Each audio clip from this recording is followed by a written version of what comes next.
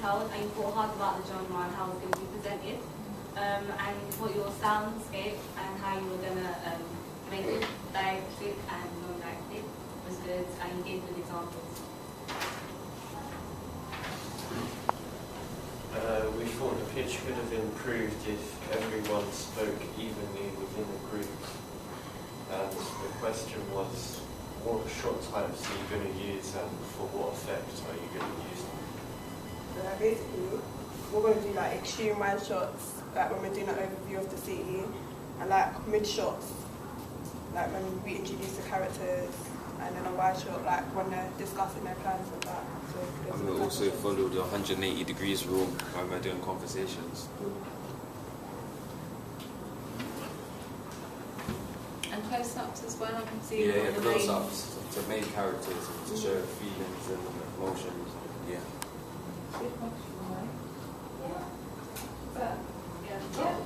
Okay. Round. That's great.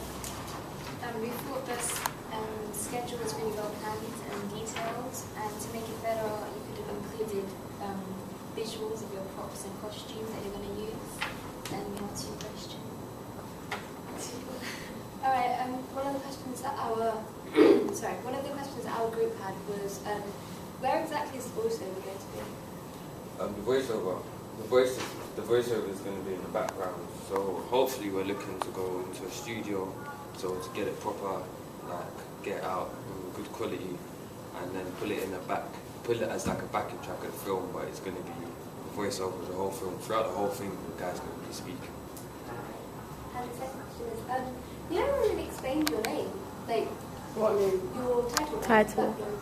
You never really explained like what's significant. It's a cool name, but what's significant about it? Can I take this? Yeah, take this one. I think that we got from Black Boy, like it just matches our genre, and like because we're having black and white as well, like black, you know, like it's a nice name, and I think we both thought of it because Black Boy Lane in Wood Green, so like it was a really good decision. Same thing, yeah.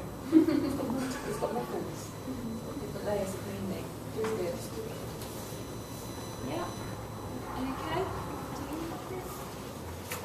We thought that you clearly explained your plot and in detail. You also covered all aspects of the film, but what would have been good is if it worked, like the PowerPoint. Yeah. True. If it worked, it would have been nice. Like if you did have a plan B or something like that. And we wanted to know, because you know how your props, how it's going to be hard for you to get a fake gun and all that kind of stuff. And we saw there you had like some drug types, like cocaine and that. How are you going to represent that? Well, we discussed, and we said that we're going to use like hide it. So say for example a gun, you're going to be able to see that, but you won't be able to see the, and we can see people putting stuff into a bag, but you won't actually see the actual weapon. And we said that maybe this will even be better because it like creates more of a secret factor. So yeah. That's good because it's only the opening scene, so you don't want to show anything. Yeah. All good answers to that question. That's exactly what you need to say. So what we thought was good about it is that the content was really good. You went over everything in depth. And it was visually entertaining, like with all the gifs and all of that. So yeah. It wasn't your fault that the presentation happened to not come up, but that was just something that could be improved. And then the question was, the theme was gang-ish culture. How does Oxford Street fit into that? Love shopping. How does? Alright, so basically, why we're using Oxford Street is because you see that little road that's in the pavement when there's bare cars rushing past, like it just builds up adrenaline, like makes you like want to go, like you want to be on the move. London City. Yeah, London's a very fast city, so like seeing that just creates adrenaline and it makes you think what's going to happen next. So that's what we're using Oxford Street. Okay, so I thought another excellent pitch, a very clear idea, which is really good to see. You know what you want and you know what you want it to look like, which is great. Covered all of the areas in detail.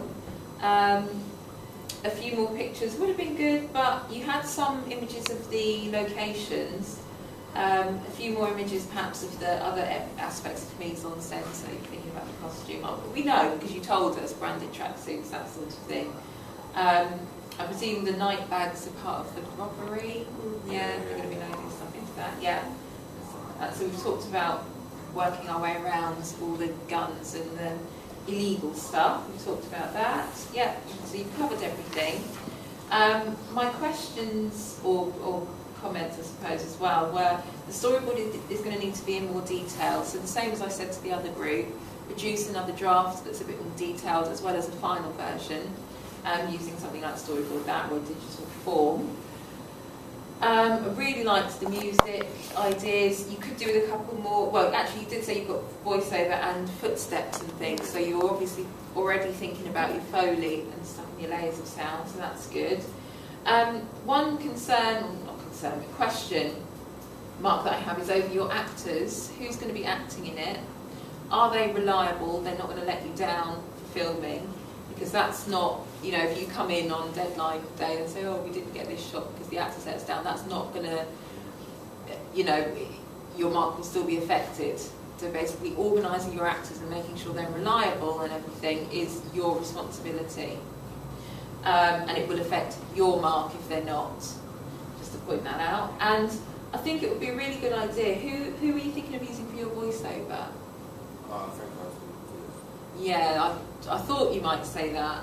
But if you really want to get the point across that this is an older man reflecting on his youth, I think you're going to need to get an older man in with a real, you know, really husky, lived-in voice. He's been on the streets a lot longer than you, Tyreek. We need an old man. We need an old guy here. So if you can get somebody like that, I don't know, anybody's dad might want to volunteer or something. I don't know. Dad, granddad, anybody. And also it will need to be really well scripted as well. You're really going to have to think about your script, making sure what he says corresponds with the visuals that you see on the screen, and you know, really takes it. So I can almost hear it, this kind of old gravelly voice of this man who used to live on the streets, not live on the streets, but you know, be on road and all of that. I think that would work really, really well. It would be really good, but great idea, really good pitch. Yeah, thought it went well.